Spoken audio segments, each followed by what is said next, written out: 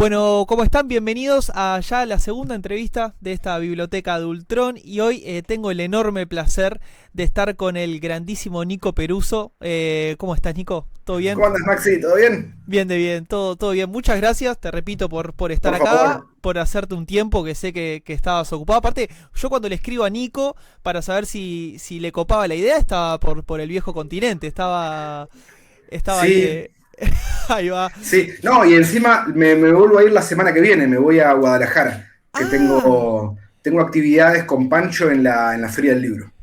estás a full. Estás Sí, como sí, en un sí. momento muy a full. Sí, de hecho estoy adelantando laburo porque a comienzos de febrero, fines de febrero probablemente, va a Sí, salir mi nueva novela gráfica que está basada en la nueva película de Pablo Stoll, que se llama El bien. tema del verano. Pablo Sí. Stoll es director de cine de 25 watts, Whisky 3, pero desde hace algunos años está laburando en un proyecto de hacer una peli de género, una cosa súper distinta a todo lo que él ha hecho hasta ahora, que es básicamente una peli de zombies. Sí. Y yo tuve la suerte y el honor, en realidad, porque yo soy muy fan de su laburo y de Juan Pablo Revela, de trabajar en la parte de preproducción de la película. Yo hice storyboards, un poco de arte conceptual, y entonces en algún momento del proceso el guión con el cual habíamos empezado a laburar empezó como a bifurcarse un poco, en algunos casos por temas de presupuesto, pero en otros también por temas creativos. Mm. Y el guión que se terminó filmando fue muy distinto a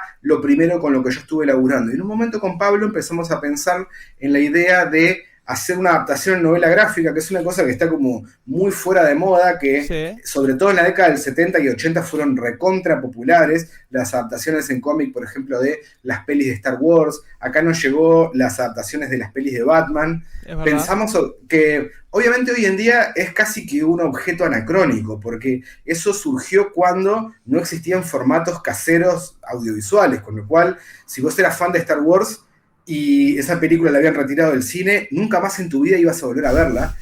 Se Es iban para verdad. siempre esos Sí, sí, sí, personajes. sí. Entonces, la única forma de tener algo parecido a eso en tu casa era un cómic. Eso en realidad, yo, el último, a ver si vos tenés como memoria, yo los últimos que recuerdo, las últimas adaptaciones, sé que The Force Awakens, que es del 2015, tuvo su adaptación en cómic, pero creo que las otras dos ya no tuvieron. Y Marvel, estoy casi seguro que hubo de Iron Man Yo uno o tuve, dos. yo tuve la adaptación de Iron Man 3 de cómic, la tuve, así que de esa seguro.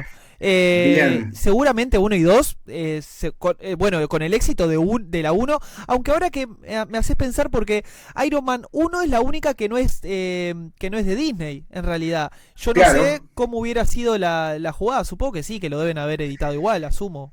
Sí, pero en conclusión, hace por lo menos una década que eso ya que quedó como medio obsoleto. De hecho, de las pelis de Marvel, no sé, pensemos como de Avengers uno para acá, probablemente no hayan Nada, habido. nada, Entonces, sí. lo que nosotros vamos a hacer es un experimento un poco distinto a eso, porque la película no va a ser exactamente lo mismo que el cómic, sino van a ser como medio que primos hermanos, algunos personajes están en las dos, algunas escenas suceden de la misma forma, y después Bien. la historia en sí se bifurca un montón.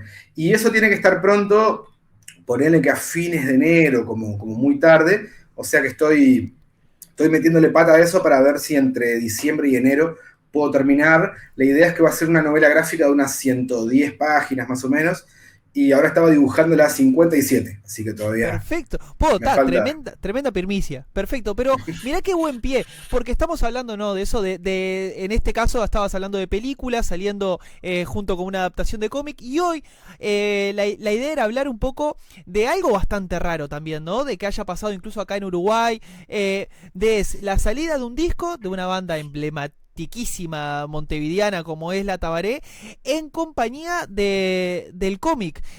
Así que bueno, hoy, por si no lo saben, entonces vamos a hablar de esta maravilla de Urutopías. Este, comentame una cosa, Nico. Primero lo que quiero saber es vos cómo llegás a Urutopías. Si vos llegás al proyecto o el proyecto llega a vos. ¿Cómo es? Mira, vos sabés que mi contacto con la Tabaré fue primero como fan, yo soy muy fan de la banda, de hecho fue el primer concierto al que yo fui en mi vida cuando tenía 15 años, Y más o menos por el 2010, por ahí, cuando empecé a trabajar en lo que fue mi primera novela gráfica, que se llama Ranitas, que creo que está por acá, Sí, de ahí. la tengo, sí. Bueno, en Ranitas, la Tabaré no solamente aparece en la tapa, hay un cassette de la Tabaré escrito con letra a mano, que fue lo primero que un amigo me copió y me dijo, mira, escuchate a estos tipos. Y ahí también yo a Tabaré lo pongo como uno de los personajes. Hay una Es de las verdad. historias de Ranitas que no es estrictamente autobiográfica, es como más simbólica, en donde para retratar el paso mío de la niñez a la adolescencia, dibujo como un niño que se va topando con un montón de influencias y personas que van llevándolo hacia la adolescencia, y uno de ellos era Tabaré. Y me Bien. acuerdo que un día estábamos montando con Auch el stand de hecho todavía no existía Auch, éramos todavía como un grupo, un conglomerado de autores de historieta, o estábamos por ahí como arrancando, en el atrio de la Intendencia, y Tabaré trabajaba en la Intendencia de Montevideo, Es verdad. y de repente yo estaba ahí como colgando unos carteles o algo en el stand, y de repente aparece Tabaré y pregunta por mí, si alguno me conocía a mí, porque había leído Ranitas, alguien se lo había llevado y quería hablar conmigo.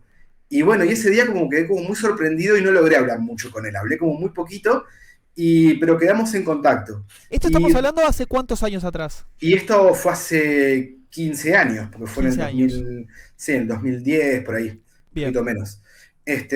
Y entonces, ese fue como el primer contacto, y después quedamos un poco en contacto.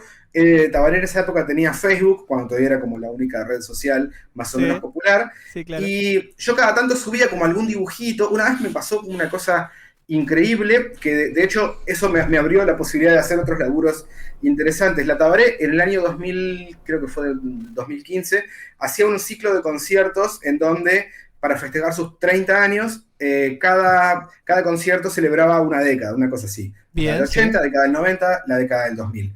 Y para el concierto de la década del 90 yo tenía muchas ganas de que ellos cantaran una canción que probablemente no iban a cantar. Es una canción que se llama Retrocantata Onírica, que es una canción que dura mucho, como 10 minutos, que no tiene estribillo, que es una canción que jamás han tocado en vivo o muy pocas veces.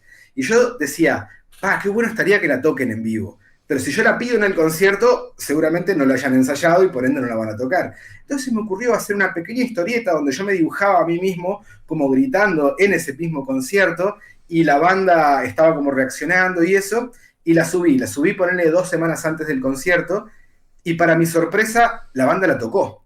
No solamente tocó la canción, sino que encima me la dedicó a mí, que fue como una Sí. cosa increíble. De hecho, después Tabaré me mandó el audio de ese pedacito, así que lo tengo guardado, porque es un concierto que no está como oficialmente Sí, en ningún lado, pero bueno, yo lo tengo en audio así como bueno de consola. Y ahí empezamos como a tener un vínculo un poquitito más cercano. Él más o menos me registraba un poco, la banda, cuando yo subía algún dibujo relacionado con la banda, lo compartía en sus redes. Y en el año 2022, estábamos recién saliendo de la pandemia, cuando la Tabaré estaba como encarando lo que iba a ser su siguiente disco. Me convocaron en principio para hacer un único dibujo de tapa, porque todavía no se sabía si el disco iba a salir en formato físico. Casi seguro no iba a salir en CD, porque el sello ya no estaba editando CDs, y el vinilo todavía era una posibilidad, pero no del todo concreta. Entonces me dijo, mirá, si esto sale bien, vamos a hacer un vinilo, con lo cual va a tener un montón de dibujo extra y de arte y un montón de cosas, y si no, va a ser solamente un dibujito para Spotify, que es como la gran mayoría de la música se distribuye hoy en día. Y afortunadamente sí, se pudo concretar eso, y cuando era ya como una realidad que el disco iba a salir en un formato físico, empezamos a pensar qué posibilidades podíamos llegar a tener para aportarle un contenido extra, ¿no?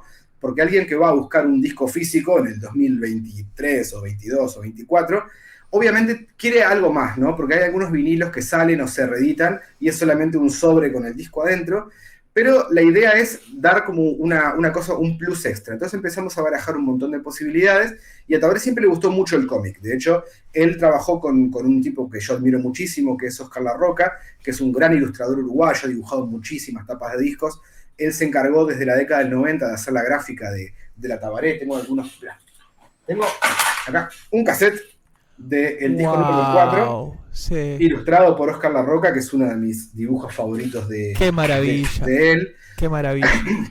De hecho, tengo otra cosa acá, y ya seguimos con Utopías, pero Dale, dale. no hace tanto, fue hace un par de meses, la banda completa vino acá a casa, y claro, el disco salió en vinilo, pero no salió en ningún otro formato, entonces me pareció gracioso hacerles una versión en cassette, que es de mentira en realidad, solamente el cosito no tiene cassette adentro. Pero es buenísimo. Sí, Es y buenísimo. hice uno para cada uno de los miembros de la banda.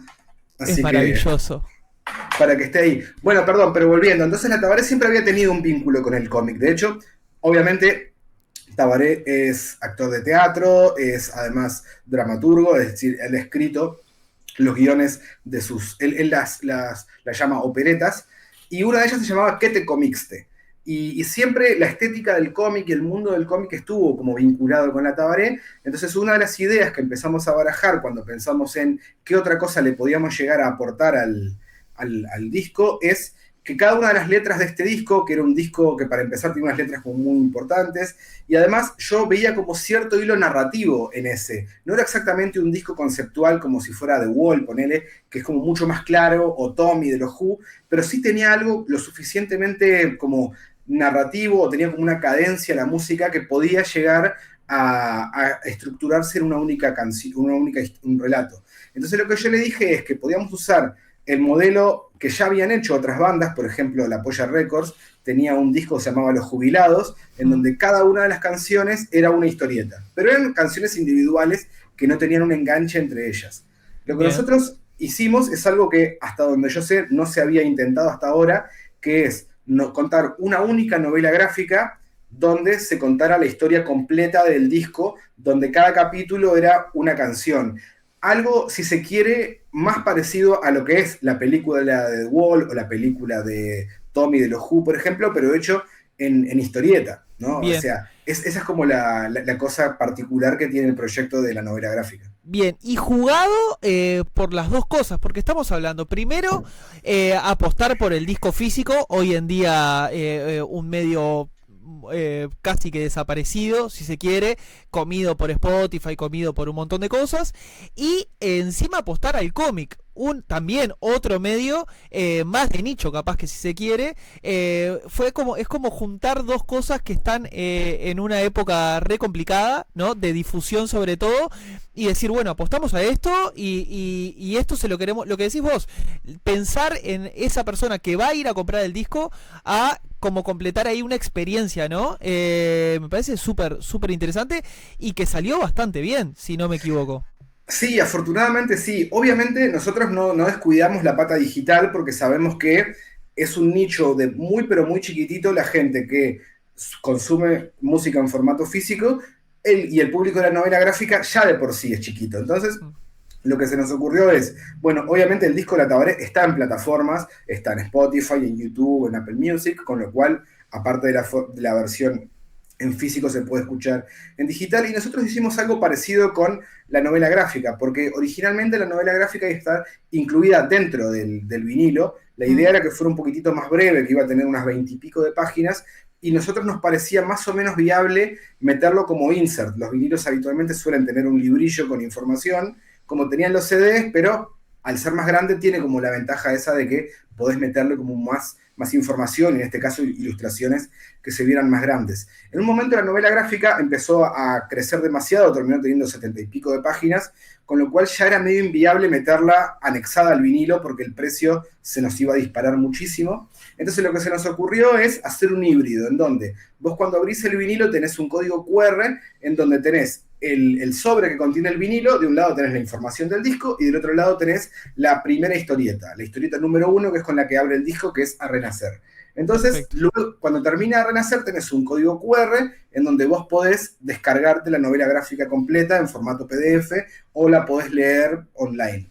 Con lo cual tenemos como las dos patas, porque vos tenés la novela gráfica en digital, si solamente te interesa eso, del mismo modo que el disco solamente en digital, o tenés el híbrido, y si te gustó lo que viste en la versión digital, también está la versión en papel, que ahí sí como para un público más específico que o le gusta tener cosas de la banda, o le gustan las novelas gráficas, y esta la fueron a buscar. Sin duda. Bien, ahora que entonces nos metemos de lleno en Urutopías Comic, si te parece.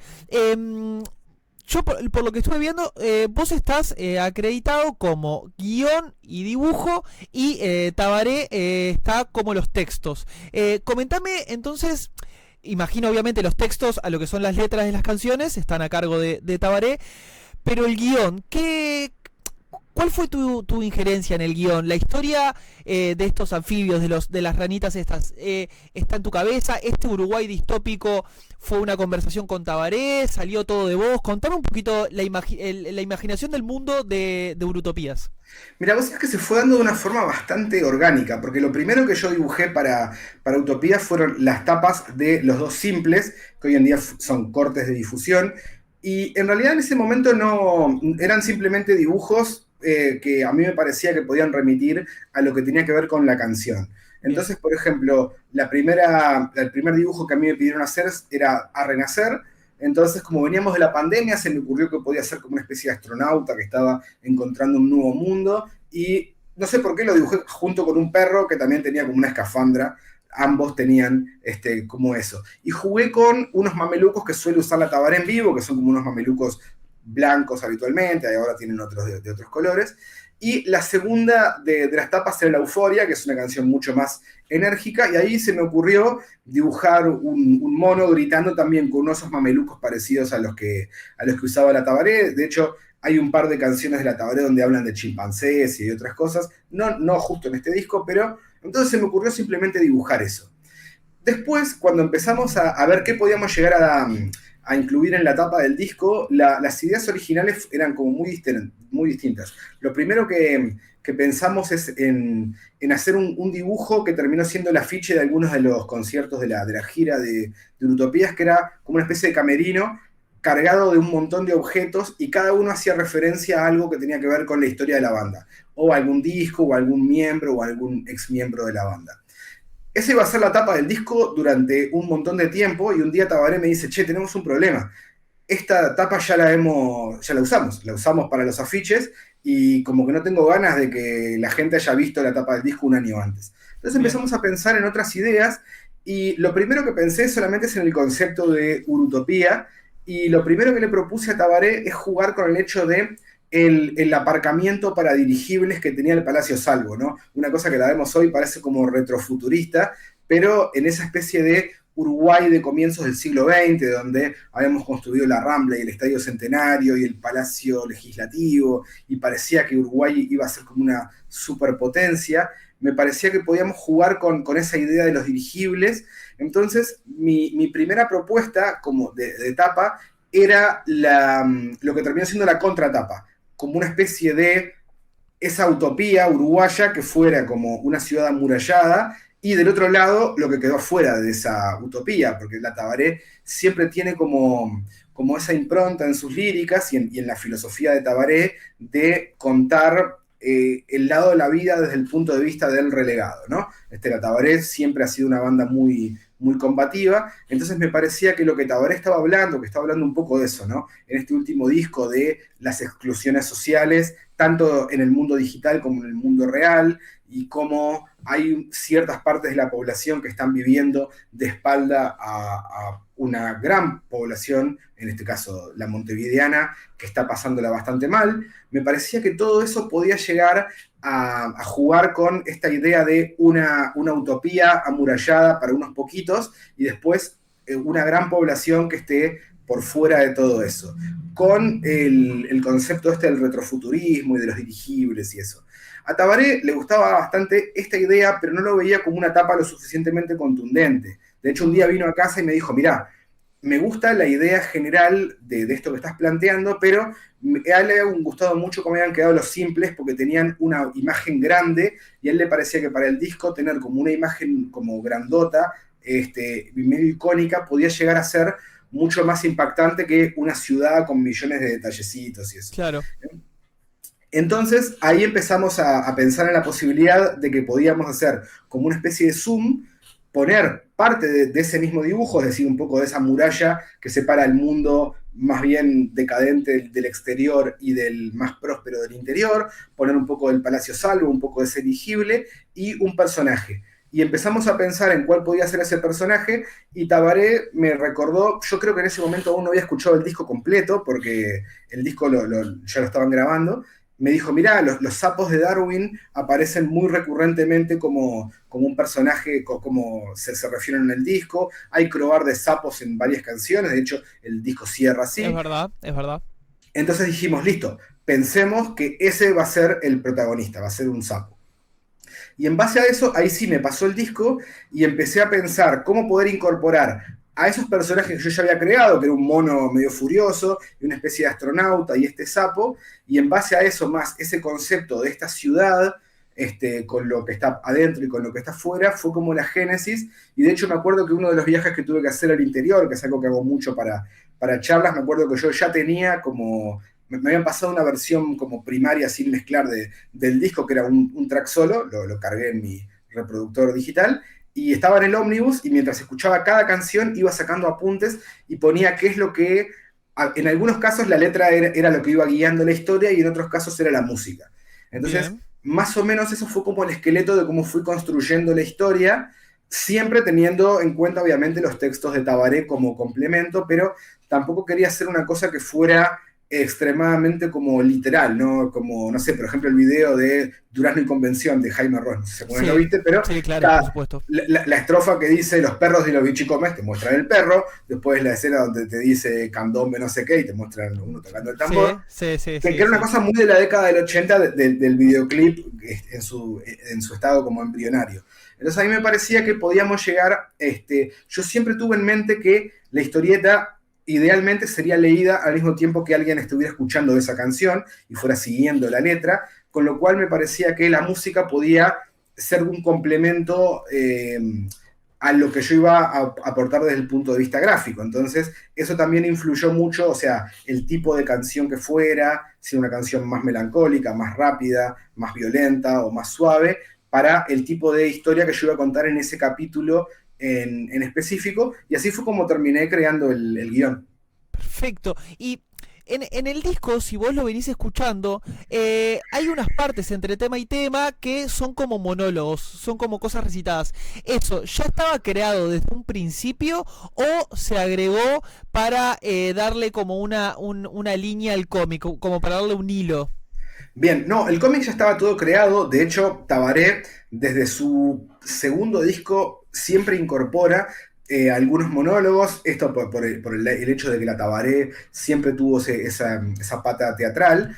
Entonces, lo que yo simplemente hice fue incorporarlos en la historieta, pensando cuál podría ser de estos personajes de los que yo estuve creando, que podría llegar a decir el monólogo, pero ya estaba creado de antes, con lo cual en algunos casos se ve como un poquito más forzado que en otros. De hecho, me acuerdo que Tabaré en unos me dijo, mira, me parece que este personaje no debería decir este monólogo, lo veo más como para este otro, y tenía razón, así que en ese caso lo terminé cambiando. O sea que fue como un ejercicio muy interesante, porque yo tenía como una estructura que no la podía cambiar, que era el orden de las canciones y esos monólogos, y en base a eso yo tuve que ver cómo poder incorporar escenas que funcionaran a la historia que quería contar.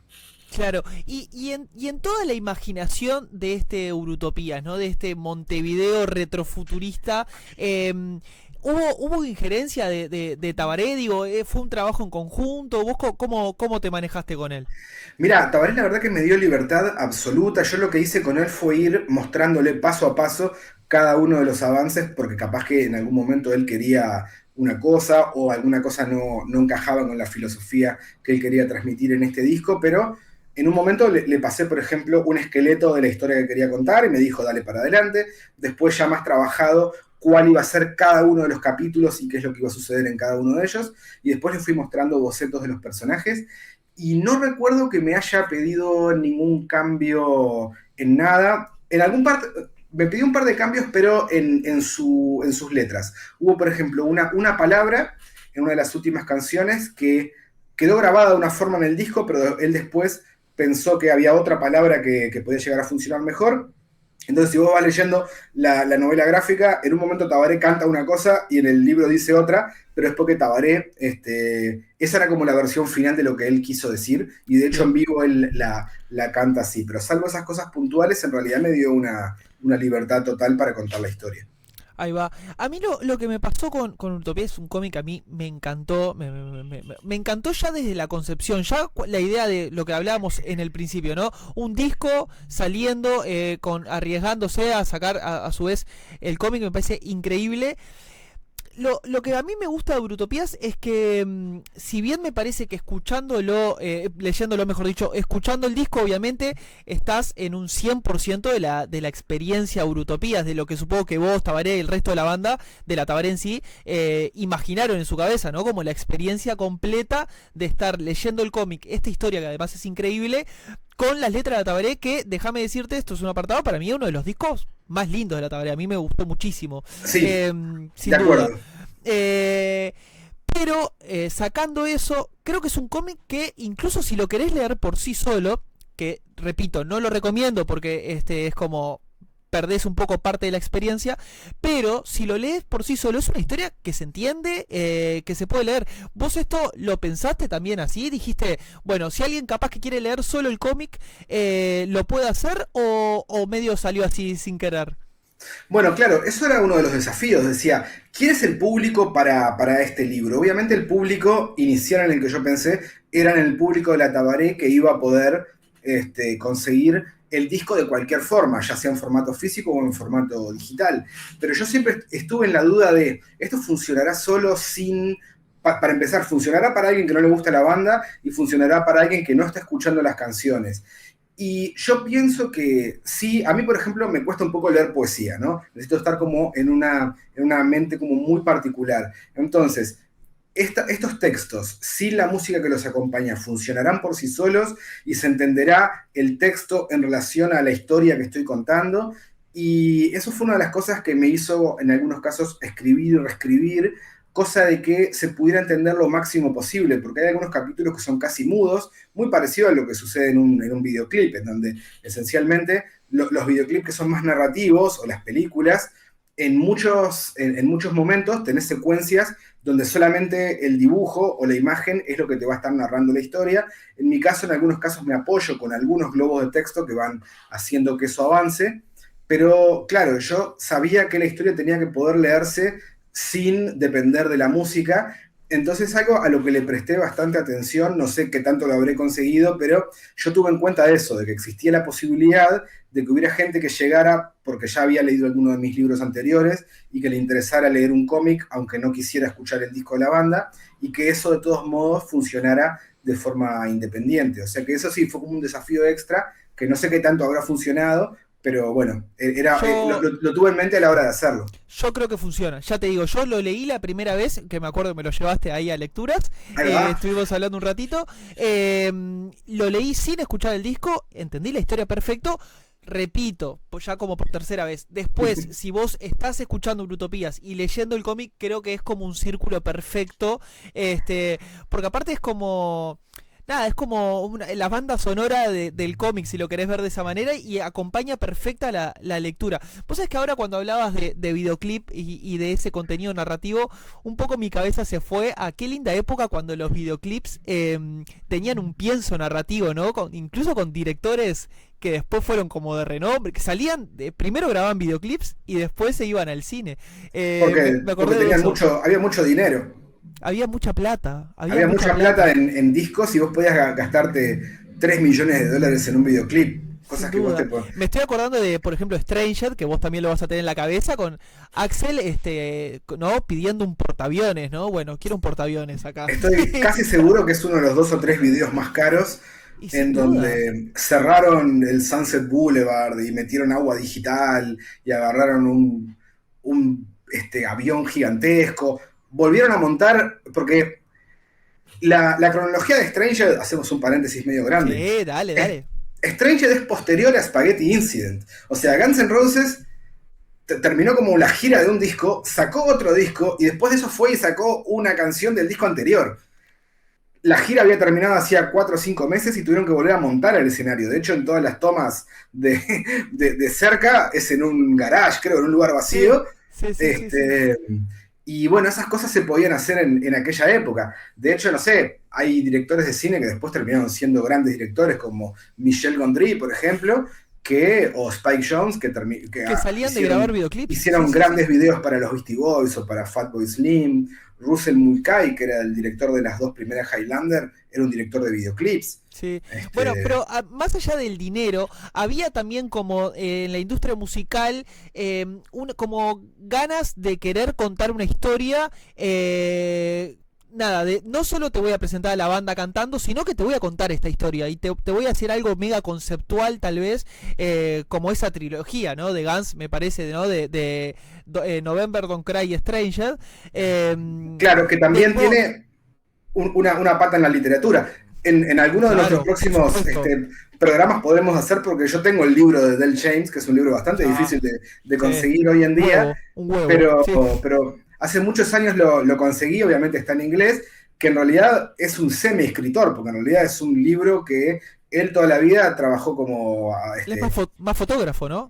Él en realidad es una especie de asistente de gira para Guns N' Roses, y a comienzos de los 90, fines de los 80, cuando se hizo amigo de todos ellos, él escribía relatos, y allá por el 94, 95 sacó una colección de relatos, lo cual es como muy loco, porque toda la trilogía salió como 4 o 5 años antes. Estamos hablando de años pre-internet, pero inclusive cuando arranca, creo que November Rain, o cuando termina, dice, basado en el relato breve de Del James, y un Sí, relato que no estaba por ningún lado, estaba en la casa de Del James en esa época.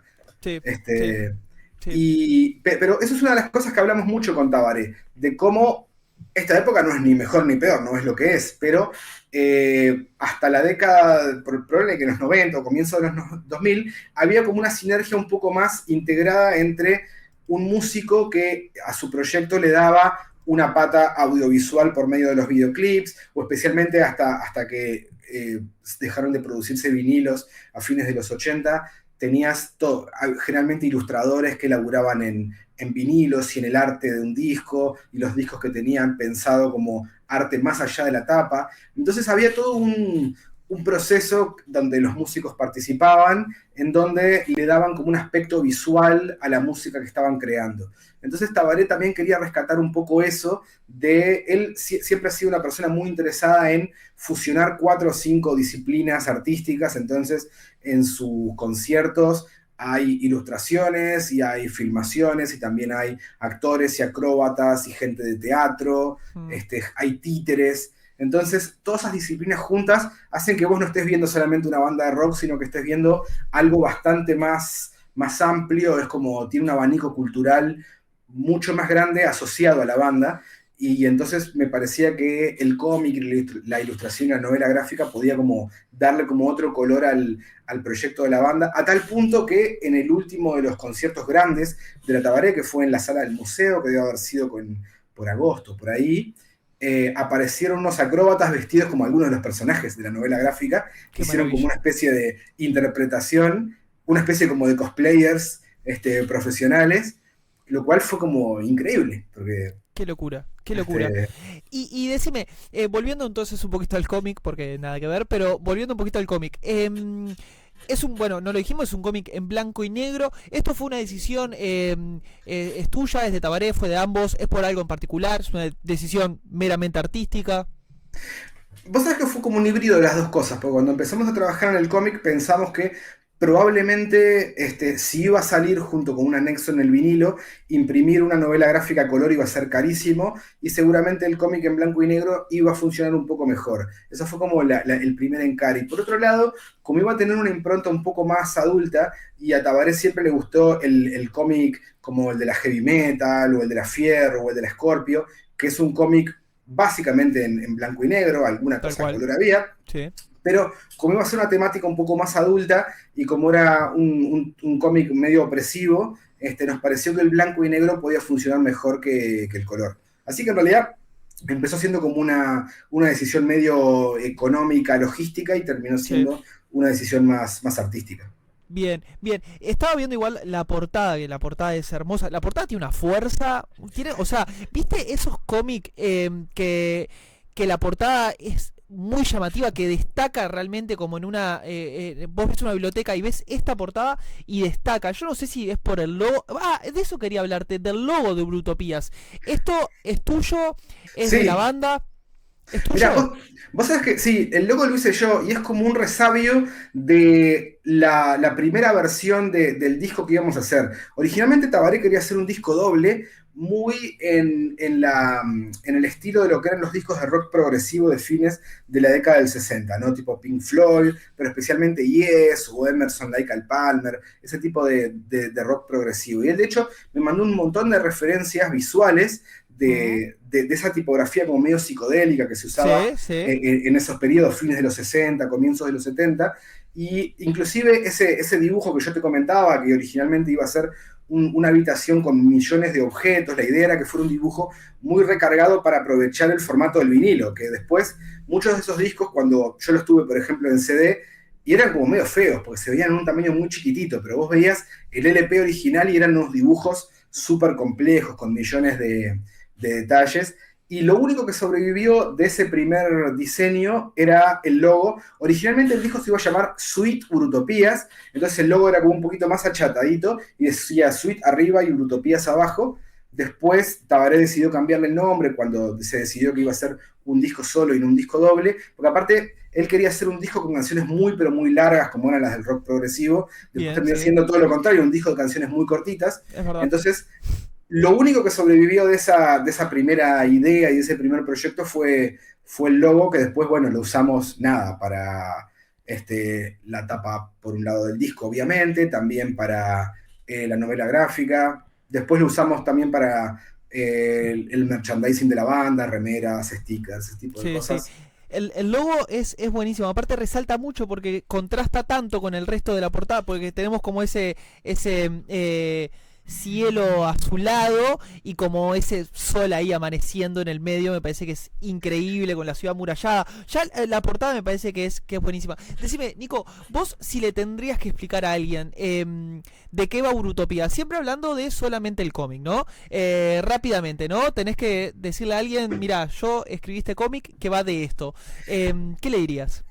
Bueno, mira, en realidad es una especie de historia, técnicamente sería como una ucronía, es decir, es como una historia en un mundo alternativo, en donde luego de un cataclismo, un cataclismo climático, el mundo quedó sumergido a su mínima expresión, y en el caso de Uruguay quedó prácticamente todo hecho un páramo por cuestiones climáticas y por sequías, y lo poco que sobrevive de la antigua Montevideo está amurallado, algunos de los edificios emblemáticos lograron sobrevivir y solamente una élite, como si fueran un barrio privado, como los que sí existen acá, es la que logró vivir con un estilo de vida muy parecido al previo a este apocalipsis, mientras que la gran mayoría de la población que quedó excluida y malvive y sobrevive del otro lado. Y habitualmente lo que suele suceder cuando uno habla de ciencia ficción o de ucronías es hablar en plan metafórico del presente, ¿no? Del mismo modo que Star Wars no tenía que ver con Jedis y naves espaciales, sino que Mm. George Lucas quería hablar de la guerra de Vietnam y de cómo las políticas expansionistas estadounidenses creaban estas guerrillas, estas resistencias en el mundo. Del mismo modo, Utopías, tanto en el disco como en la novela gráfica que armamos con Tabaré, un poco es nuestra visión, en un sentido muy metafórico, de cómo vemos al Uruguay actual, en donde un porcentaje de la población que vive más cerca de las costas, por ejemplo en Montevideo, tiene un estándar de vida como todos esos indicadores donde Uruguay está como en los mejores índices de salud y educación, etcétera, en la región, mientras que siempre se dice de Avenida Italia para el otro lado, y especialmente en la periferia. A mí me ha tocado ir mucho a muchas de las escuelas de contextos críticos y vemos que a 15 o 20 minutos del centro de Montevideo tenemos un país que tiene índices de criminalidad y de acceso a la salud y de violencia que parecen centroamericanos. Entonces nos parecía que esa cosa tan quebrada que tenemos entre las dos sociedades que conviven en Montevideo, obviamente conviven de forma un poco accidentada, podía ser el germen para contar una historia en donde podamos hablar de todos esos temas, pero en un plano no tan literal, sino un poco más artístico, con el arte y la música y el cómic como trasfondo.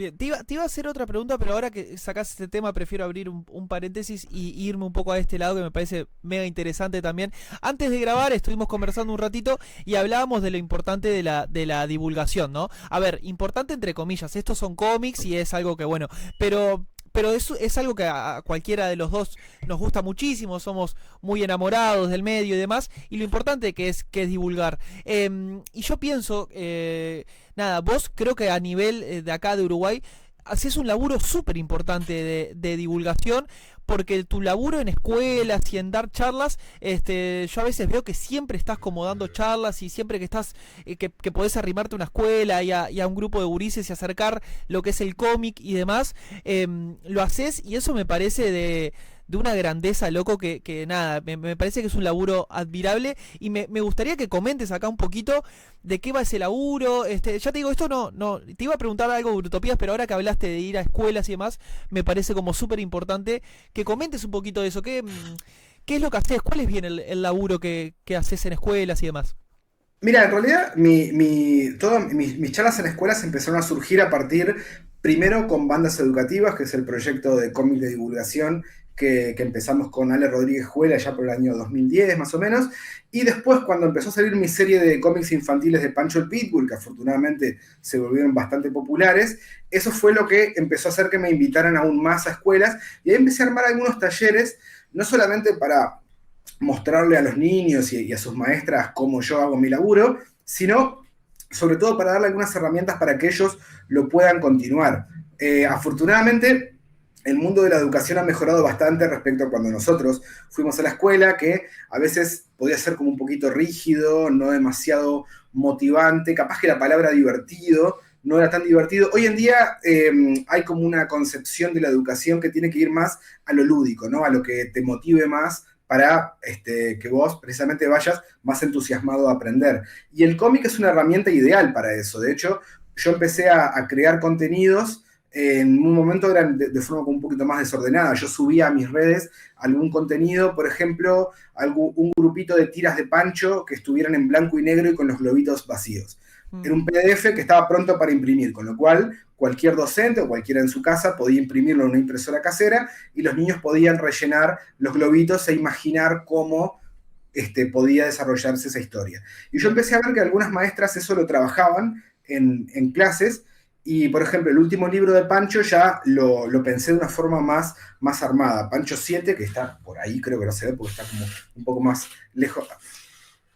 Ahí está, Ahí, bien, ese de ahí. bien, el que está a la punta, ahí va. Ahí va. En el caso de Pancho 7, todos los libros de Pancho tienen un tutorial precisamente por eso, porque yo siempre quise tratar de, en algunos casos, más enfocado a la escuela o más a las actividades en casa, que después de que un niño termine un libro de cómic, que no termine solamente y que vuelva al estante, sino que tenga como una sobrevida. Entonces, en cada uno de los libros de Pancho, yo empecé a incorporar algunos tutoriales que se fueron retroalimentando con mis charlas en escuelas. A veces, algunas cosas que descubría que a los niños les interesaban en las charlas, los pasaba a los libros o viceversa. Y en el caso de Pancho 7 ya directamente son actividades pensadas para el aula. Son 5 actividades que están enganchadas una con la otra, en donde la primera es esta que te comentaba, son tiras en blanco y negro que se pueden imprimir en la escuela con globitos en blanco. De hecho, ya tengo varias escuelas que me han mandado algunas de las tiras. Hay una que está buenísima porque la hicieron en el Liceo Francés y todas las tiras están en francés. Entonces, bueno, no las entiendo, pero... Pero las admiro, claro. Sí, yo hice 3 años de francés en el liceo porque en esa época todavía era obligatorio, pero Sí. mis conocimientos no llegan a tanto. Pero, y después hay un segundo tutorial que es parecido a ese, porque la idea es que son 5 tutoriales enganchados uno atrás del otro, cosa de que las maestras que estén interesadas en laburar en historieta, de hecho yo tuve la suerte cuando era niño de que había una maestra que laburaba muy bien con historieta y aprendimos un montón de cosas usando el lenguaje del cómic, entonces me parece que es como una cosa que puede llegar a replicarse hoy en día. El segundo es un tutorial medio parecido al anterior, pero ya cuando le agarraron la mano a esto de ver cómo escribir los globitos de los personajes, el tercer cuadrito está en blanco, con lo cual no solamente tenés que inventar la historia, sino que imaginar el remate. Después hay un tutorial sobre cómo crear tu propio personaje de historieta, donde doy algunos piques de dibujo, pero también de guión, de cómo podés ir construyendo la personalidad de un personaje y cómo, si vos primero definís la personalidad, después va a ser mucho más fácil escribir a ese personaje porque vas a saber cómo va a reaccionar, si es un personaje tímido, si es un personaje calentón, si es un personaje más bien divertido.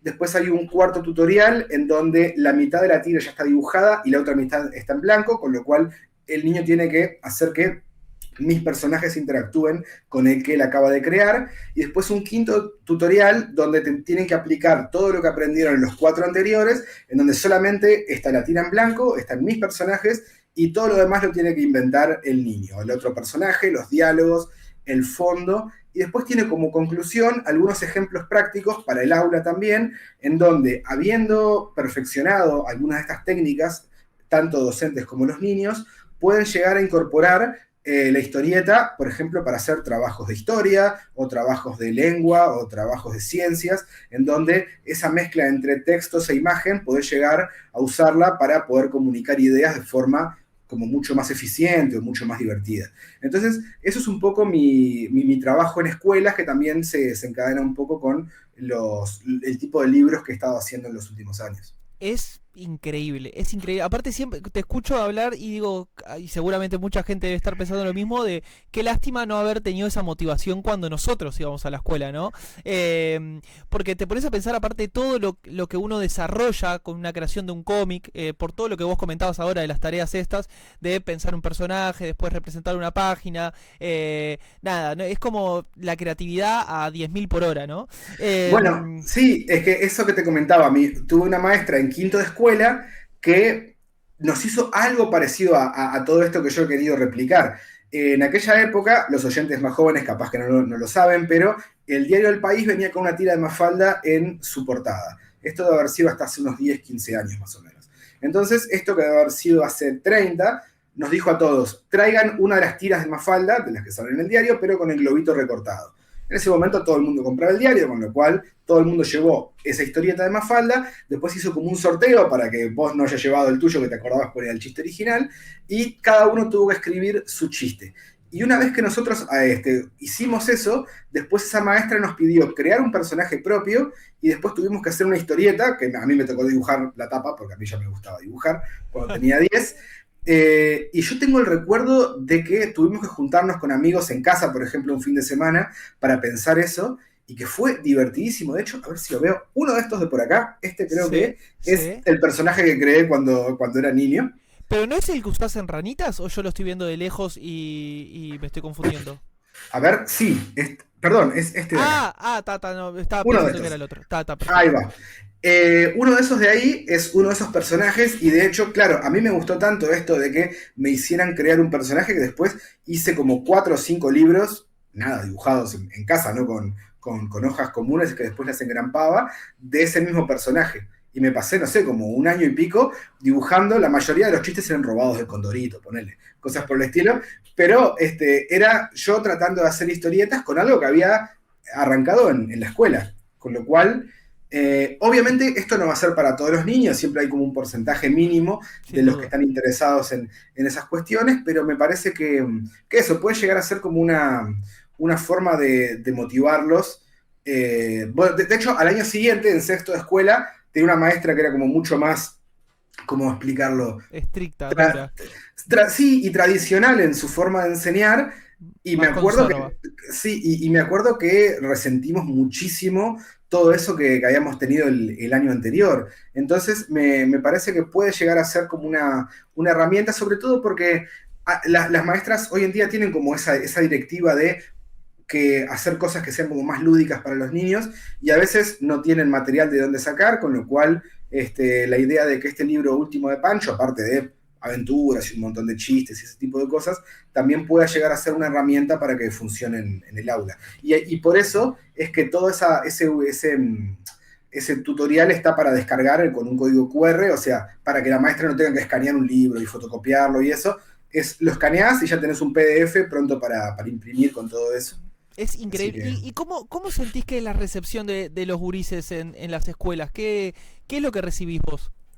Bueno, precisamente eso, la motivación de haber tenido que crear una cosa propia. Por ejemplo, en una escuela que estuve el mes pasado, habían hecho este trabajo, ¿no? Entonces, primero yo hice un tutorial en donde yo dibujé el pizarrón y les enseñé un poquito cómo había creado a mis personajes, Y cuando terminó todo eso, ellos vinieron a mostrarme las tiras, entonces fueron pasando y cada uno de ellos me contaba cuál era el chiste que habían hecho y cómo se les había ocurrido, y estaban como súper orgullosos de cómo habían logrado resolver creativamente cada una de las situaciones y de las historietas, lo cual obviamente me dejó muy, pero muy feliz, porque no solamente estaban haciendo algo con personajes míos, sino que estaban dándole una impronta a ellos. Y aparte, sobre todo, que no sé si a vos te pasará lo mismo, pero yo cada vez que veo un cómic en un aula lo siento como una especie de triunfo de todos nosotros, porque no sé si a vos te pasaba, pero a mí, no tanto a mis padres, porque siempre me estimularon para que leyera, ¿no? Pero gente que decía, bueno, si te portás bien y haces los deberes, después vas a poder ir y leer cómics.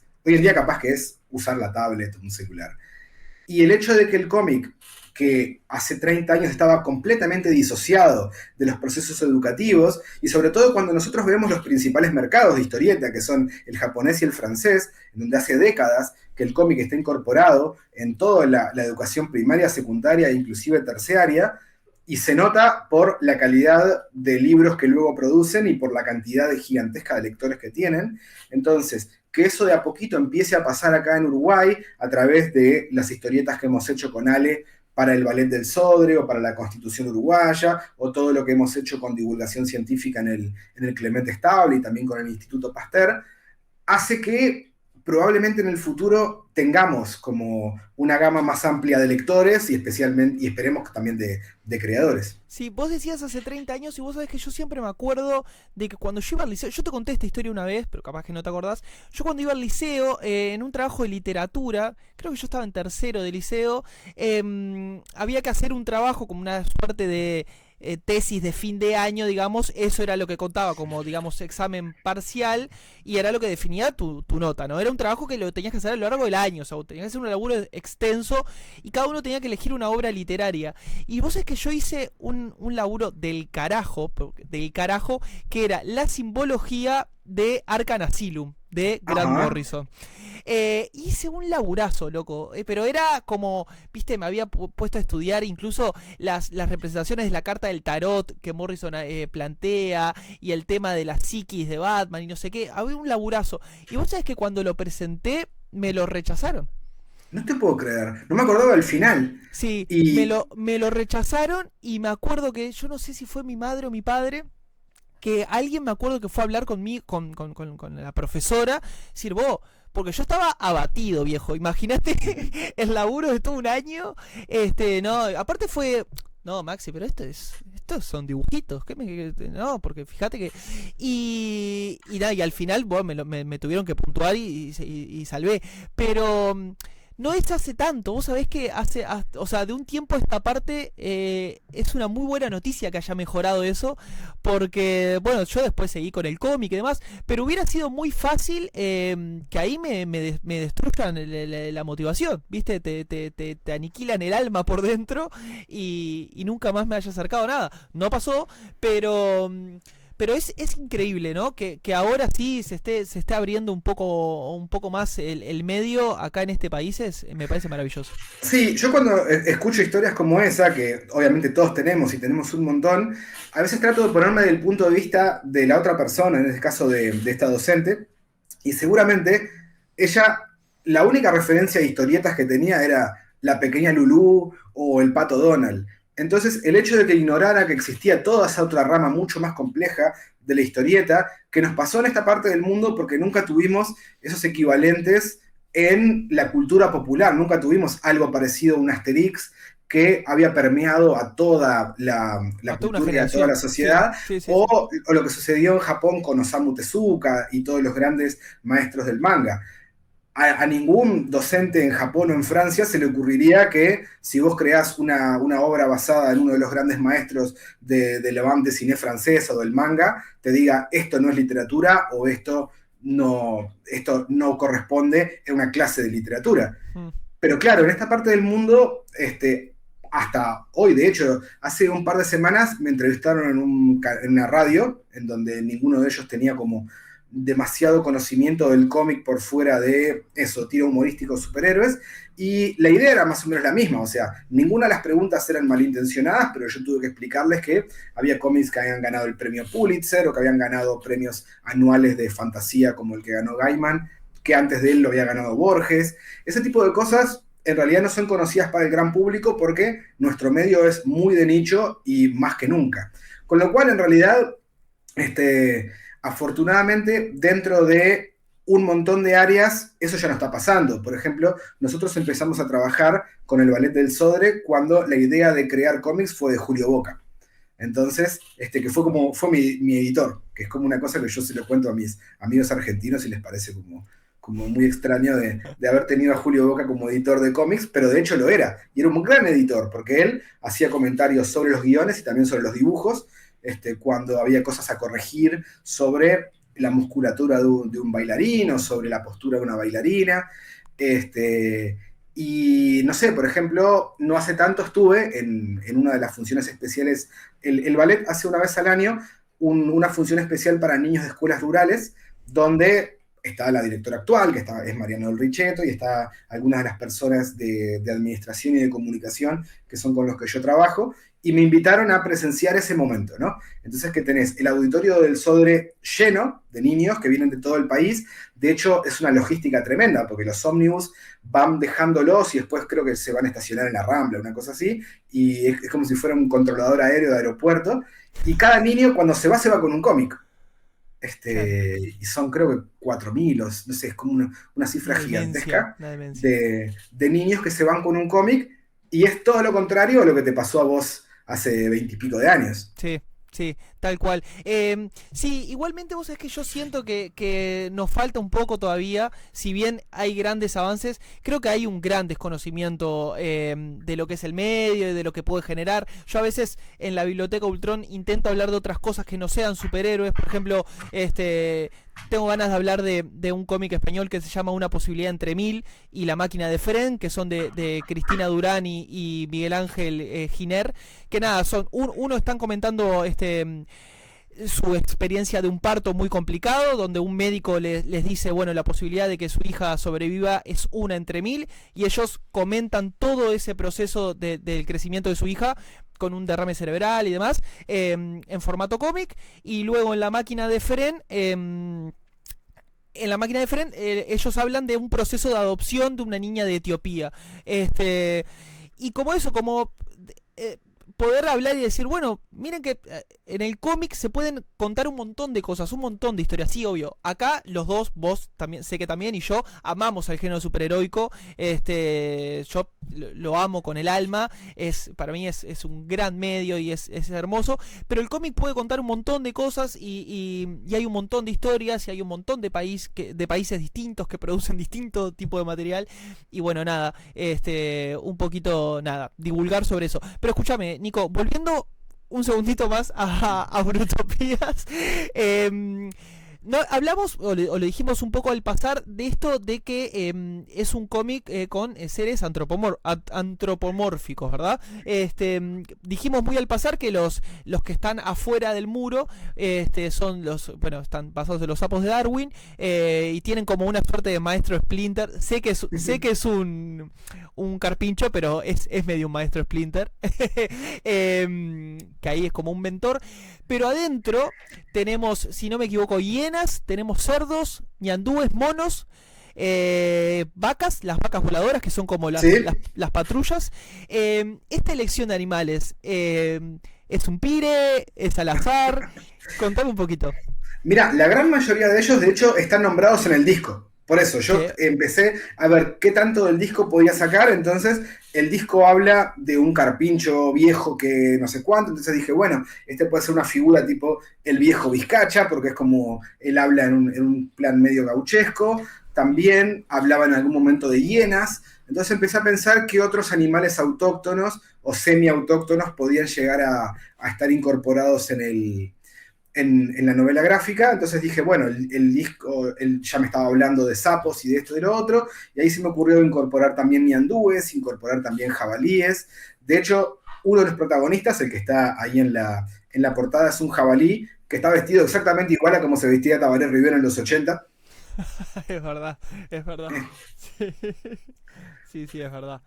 Y la idea es tener como varios de esos guiños que la gente que toda la vida ha seguido la banda los puede llegar como a detectar por ahí en alguna parte. Por ejemplo, Tabaré en una de las canciones habla de Parque del Plata, que a mí eso fue una de las revelaciones que cuando empecé a trabajar con Tabaré me voló la cabeza porque yo descubrí a la Tabaré cuando tenía 15 años y con mis viejos íbamos a veranear a Parque del Plata. Y era un lugar en donde en los 80 seguía siendo bastante activo. Yo tenía un montón de amigos míos en la escuela que iban a Parque del Plata. Y ya en los 90 en realidad casi todo el mundo había migrado hacia Rocha. Y yo era como el último que me había quedado y mis veranos en Parque del Plata de los 90 ya eran bastante aburridos. En realidad salía a andar en bici, tenía una tabla con la cual intentaba correr olas, que no hay muchas en Parque del Plata, pero hacía lo posible.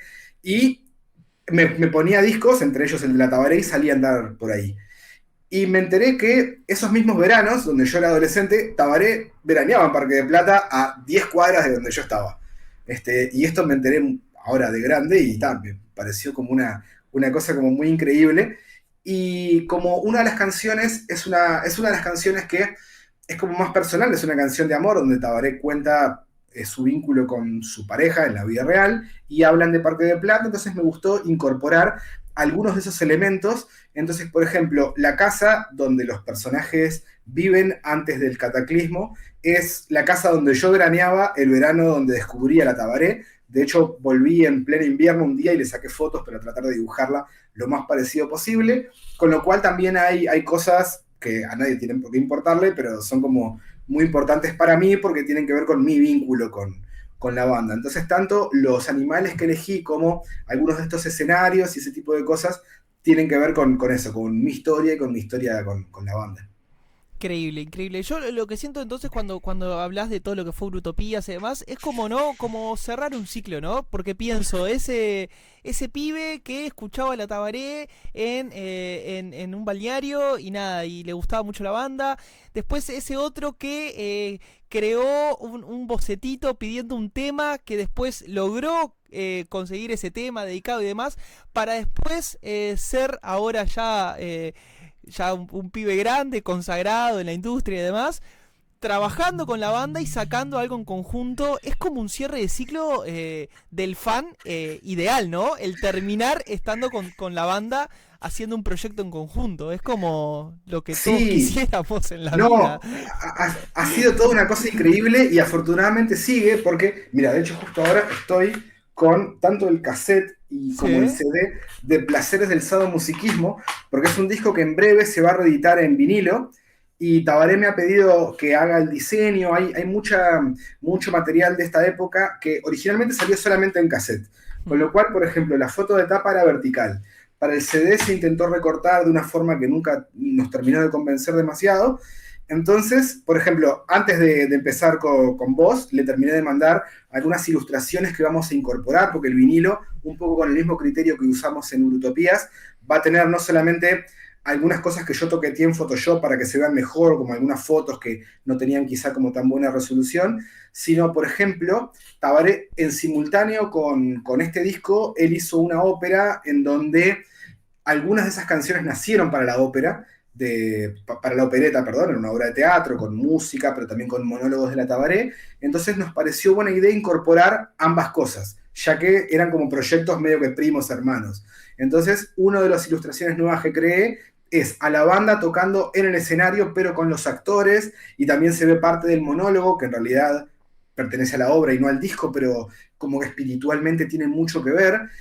Y nada, ayer mientras lo dibujaba me acordaba de que este era uno de los cassettes que yo escuchaba cuando iba al liceo, el Walkman, y bueno, que ahora estoy trabajando en la versión definitiva del disco, como Tabaré siempre quiso que salga, en vinilo, con muchas fotos y textos, y también ilustraciones, algunas de las fotos que él no pudo sacar, porque es un disco que tiene varios integrantes que aparecieron esporádicamente solo para este disco, entonces por medio de ilustración logramos meterlos a todos juntos en una única imagen, también al productor, que era un amigo de Tabaré, o sea que nada, es como ha sido. ¿Querés comentarme, porque vos me comentaste personalmente un poquito sobre el prólogo de este cómic, que es de Alfonso Carbone? ¿Me querés comentar un poquito quién es? Que la historia es apasionante. Bueno, Alfonso Carbone, si vos tenés menos de 40 probablemente no lo recuerdes, pero si tenés más, era una figura omnipresente en el rock uruguayo. Él básicamente inventó el rock uruguayo post dictadura. Él era el gerente del Palacio de la Música, entonces él fue el que descubrió a toda la camada de bandas de rock de Los Estómagos, Los Traidores, La Tabaré, Los Tontos, Cuarteto de Nos, todos grabaron con él por primera vez. Él además fue el organizador del disco Graffiti, donde todas estas bandas aparecieron. También fue el organizador de los Montevideo Rock, y también tenía un programa de televisión donde él tenía los derechos de MTV, con lo cual, si vos viste por primera vez un videoclip de Guns N' Roses, de Nirvana o de quien sea, fue que Carbone vio que esas eran bandas que estaban sonando en otros lados y las trajo acá.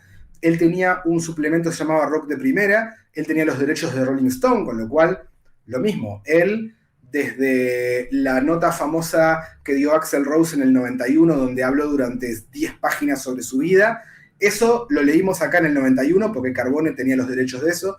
Él fue el primero en hablar de Nirvana y él fue el que anunció que Kurt Cobain estaba muerto, por ejemplo. También tenía un programa de radio donde pasó a todas estas bandas.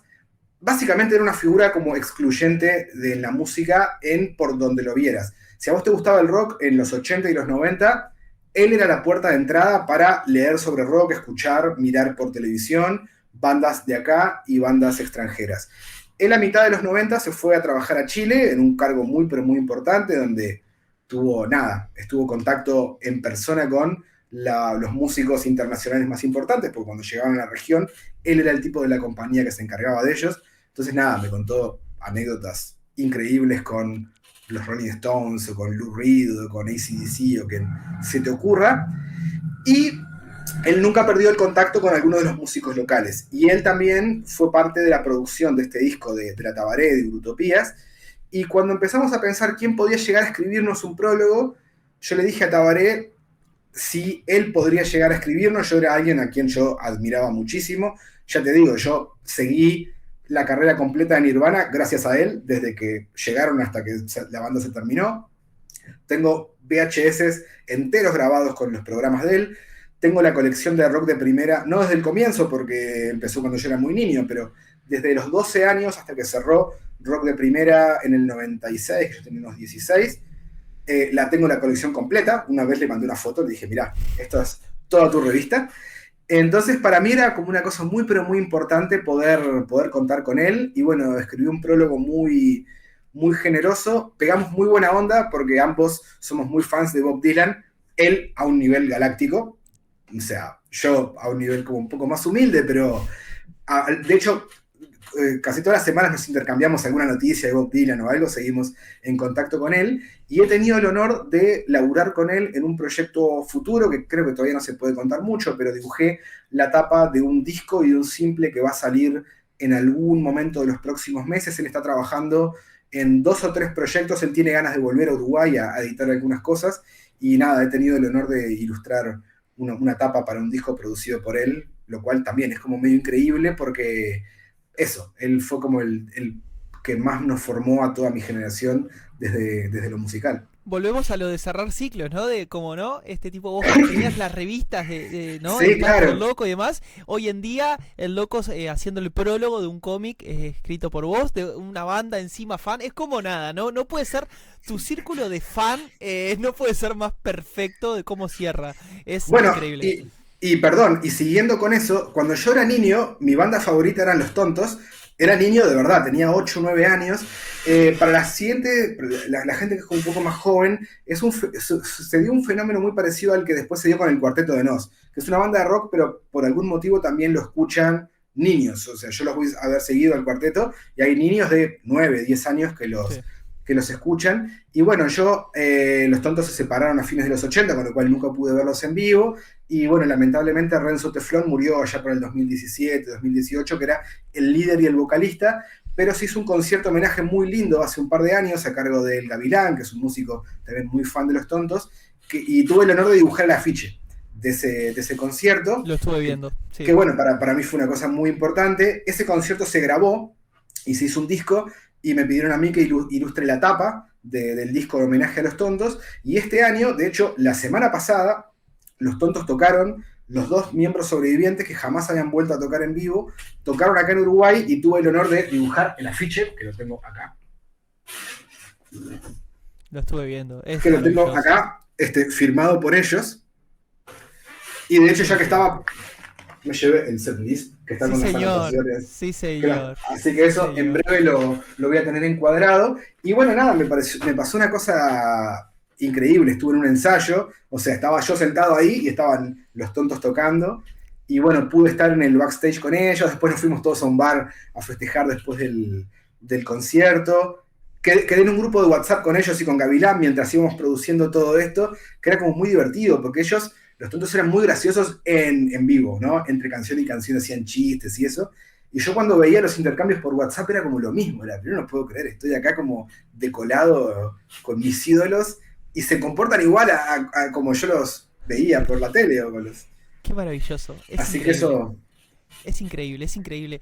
Viejo, nada, que estaría 10.000 horas hablando contigo, la verdad. Bueno, Bueno, pero estuvimos... lo repetimos, vamos a repetirlo y la próxima vez de hablar de mí hablamos de cosas más interesantes, como por ejemplo de Savage Dragon. Miren esta figura de Savage Dragon, por Sí. favor. Bueno, estuvimos hablando con Nico antes de empezar de que, nada, él tiene ganas de hablar de cómics y de cosas. Yo siempre tengo ganas, así que capaz que van a salir más charlas, tal vez sin una temática clara, ¿no? Como prender la cámara y hablar. Y a ver qué pasa, totalmente. Y a ver qué pasa. Nico tiene una colección preciosa, sabe de cómic, que es un disparate, colecciona figuras, un gran enamorado de cómo habrán visto. Bueno, viste que ahora que decís que te gusta, que sos muy fan de Dylan, se viene la película. Bueno, claro, de eso es lo que estamos hablando mucho con Carbone. El primer tráiler me parecía medio raro, este segundo ya me gustó mucho más. Dylan es una figura muy difícil de clasificar. De hecho, hay una biopic de él, que debe tener unos 10, 12 años, que se llama I'm Not There, en donde 5 actores distintos hacen de Bob Dylan. Una de ellas es Kate Blanchett, y Mm. de hecho hacen de Bob Dylan Christian Bale y Heath Ledger. O sea, Batman y Batman y el el Joker, Joker. ambos. De hecho, es como muy curioso porque es posterior. O sea, salió antes de Dark Knight, pero es una película que es de lo último que hizo Heath Ledger y es él haciendo de Dylan. Es como una Qué cosa locura. súper ¿Y interesante. cómo lo ves al flaco que va a ser de Dylan ahora, Timothy Chamelet? Me gustó mucho. ¿Sí? Ay, a mí no me cierra, hay algo que no me cierra. Cuando en el primer tráiler lo mismo, me pasó un poco parecido. Ya en este último tiene la cadencia de cómo Dylan hablaba en los 60 y dije, mirá, me parece que le embocaron, me parece que está bien. Siempre está como esa gente que habla de forma como muy personal, siempre estás como al riesgo de caer como en la imitación, ¿no? Que es una Sí, cosa que... sí. O si no, a veces pasa con mucha... Se ha puesto de moda, ¿no? Esto de las biopics, sobre todo las series después de la de Luis Miguel, que hay como... Han caído infinidad. Y en general lo que pasa con casi todas es que el actor que eligen a veces físicamente se parece un poco, pero no logra rescatar el carisma que tenía el músico original, ¿no? Que es una cosa que me pasó con la de Fito Páez, por ejemplo, que era un pibe que físicamente era muy parecido, pero no tenía la presencia escénica. Me pasó inclusive, no sé, con la del Potro Rodrigo, que es un tipo de música que no me gusta tanto, pero era un loco que era como avasallante y habían elegido un actor parecido, pero que no tenía esa cuestión. La de Molly Crew, ¿la viste? No la vi, no la vi. Sí, The Dirt, si no me equivoco. Sí, Es interesante, es interesante. me interesaba porque aparece Slash en una escena que está como desmayado en un sillón, creo. La escena famosa, Claro, supuestamente, eso es cuando Slash se da vuelta, que termina en un hospital y demás. claro. Pero sí, aparece Slash y Easy, si mal no estoy recordando. Creo que están los dos, o Steve, no me acuerdo, eran dos. Así que bueno, sí, Nico también, gran fanático, igual que yo, de Guns N' Roses. Hemos tenido, ¿cuántas charlas, Nico, hablando de Guns? ¿Vos te acordás cómo nos conocimos? Yo estaba cuidando, en una feria del libro Sí, y sí, tenía, una, sí, y sí. tenía una remera de Chinese Democracy, que tenés que ser muy fan porque es como un Sí. nicho muy chiquitito. Y vos me contaste tu historia de tu autógrafo de Axel, que es como... Sí, sí, es verdad, es Y, verdad. y ahí nos Sí, pusimos a charlar y de hecho después nos enteramos que a los dos nos gustaban los cómics, pero al principio exacto. nos pusimos a hablar de Guns N' Roses. El motivo fue la remera de Chinese Democracy. Claro. Así que nada, increíble. Bueno, nada, a Nico Peruso, si no lo conocen, es un historietista, es uruguayo. Ha hecho cosas como Ranitas, Rincón de la Bolsa, La Mudanza, Pancho el Pitbull, que es su obra de cómic infantil. Disquet, una obra que a mí me gusta muchísimo. ¿Me está faltando algo, Nico? Bueno, Urutopías, que estuvimos hablando Sí, ahora.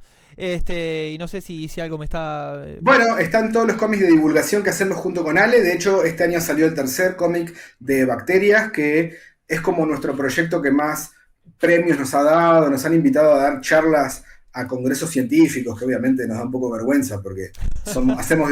Ale en realidad se ha formado más en divulgación científica, pero yo no. O sea que en mi caso es como me da un poco de vergüenza, pero a veces estoy sentado junto a una eminencia o algo, y yo hablo de dibujitos.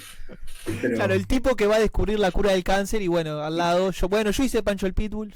no, claro, inclusive algunas de nuestras amigas del Clemente, que son pibas, jóvenes, tienen 30 y algo de años, durante la pandemia una de ellas desarrolló uno de los test de saliva, por ejemplo. O sea, son gente Nada, como muy muy salada. salada, y Sí, después sí, se junta con nosotros a hablar de boludeces y de macaquitos, y bueno, en este le vamos a poner el pelo verde, porque no sé qué. Entonces, perfecto. ahora ya me acostumbré que son seres humanos como muy bajados a tierra, pero al principio me intimidaban un poco los científicos, me daba como vergüenza contarle las boludeces que se me ocurrían para sus historietas, Y aparte por pero nuestro bagaje de cómic, los científicos son casi siempre malvados, casi siempre. Y están locos. absolutamente, lo dijo una vez Sheldon, ¿por qué tantos científicos tienen doctorados? Claro, exacto, Sí, exacto. Nico, nada, la verdad que pasé divino, espero que vos te hayas sentido cómodo. nada, muy Que... divertido. Bien, perfecto. Y nos juntamos en breve para hablar de música y muñequitos y cómics. Vamos a prender la cámara y a conversar. Está prometido desde ahora que eso va a suceder. Tal vez cuando vuelvas. Si te parece, ya cuando Perfecto. vuelvas, hablamos. ¿Cuándo te vas? ¿Dijiste? ¿Y cuándo volvés? Yo viajo a la Feria de Guadalajara el 3 de diciembre y vuelvo el 10. Voy a dar 4 charlas por ahí, voy a hablar un poco de Pancho, voy a mostrar un poco el personaje por allá. Pero ya, eso, primera quincena de diciembre estoy por acá de vuelta. Perfecto. Entonces, mira, quedamos así. O sea, en diciembre, antes de Navidad y todas esas fechas, prendemos seguro una vez a Me hablar encantó. de lo que sea. ¿Te parece? Perfecto. Loco, gracias por pasarte. Sos un A vos, crack. Maxi. Así que bueno, estamos hablando, viejo. Muchas gracias, Arriba.